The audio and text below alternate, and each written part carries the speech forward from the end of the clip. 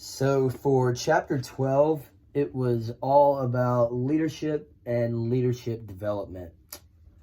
Um, I'd just like to talk about a few main points that the chapter ended up talking about.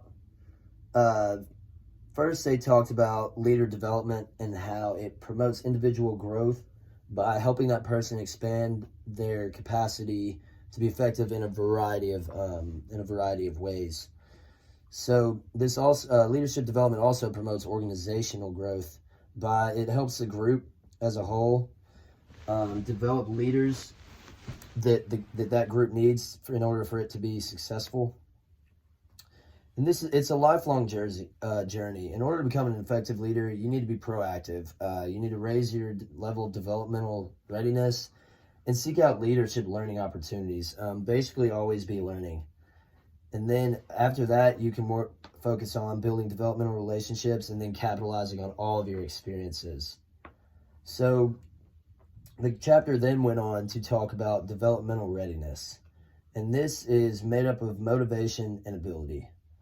In order to build your readiness, you need to tailor your experiences to your interests, focus on learning, build your self-efficacy, reflect on who you are, and do other things like to train yourself to think about your thinking. So learning about leadership, this can be achieved through many things, such as reading or going to college, or even taking a variety of courses and training. The three most common types of training programs are individual preparation, socializing company vision and values, and then strategic leadership initiatives.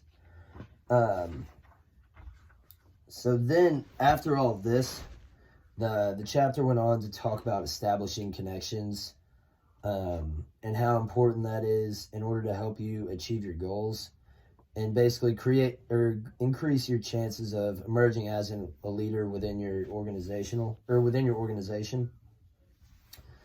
These connections and relationships, of them, the most important or beneficial are the ones with mentors. These people act as like sponsors, basically provide coaching and be your role model. Basically everything you need in order to develop yourself as a leader. So with this, you almost want to build a network of mentors.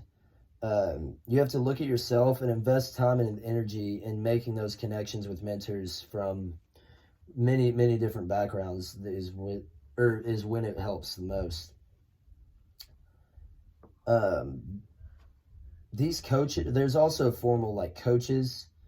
They can be used to supplement or even substitute for mentor relationships. These people will help you design, implement, and evaluate your personal development plans.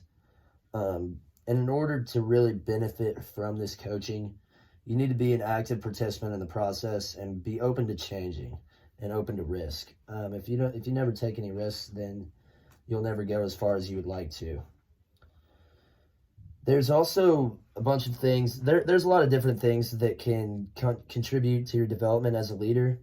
And the chapter ended up going on to talk about unstructured experiences and how you need to reflect on and learn from all the important events and relationships within your life.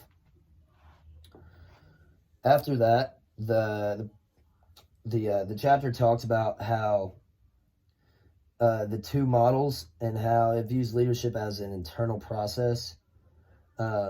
Stephen Covey gave out 7 habits for effective leadership, and those were to be proactive, begin with an end in mind, put the first things first, think win-win as opposed to lose-lose, seek first to understand, then to be understood, synergize, sharpen the saw.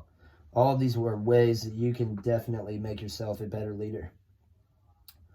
Then there was another book that talked about a holistic approach to leadership.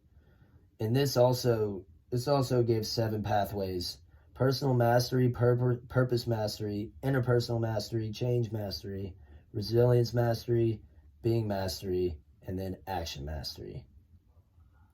Lastly, the chapter talked about succession plans and how there are systematic approaches to identifying and developing future leaders. So the most effective plans, they take the participation of top management and involve all the leadership levels, are competency focused, they demand accountability, and they include leader development.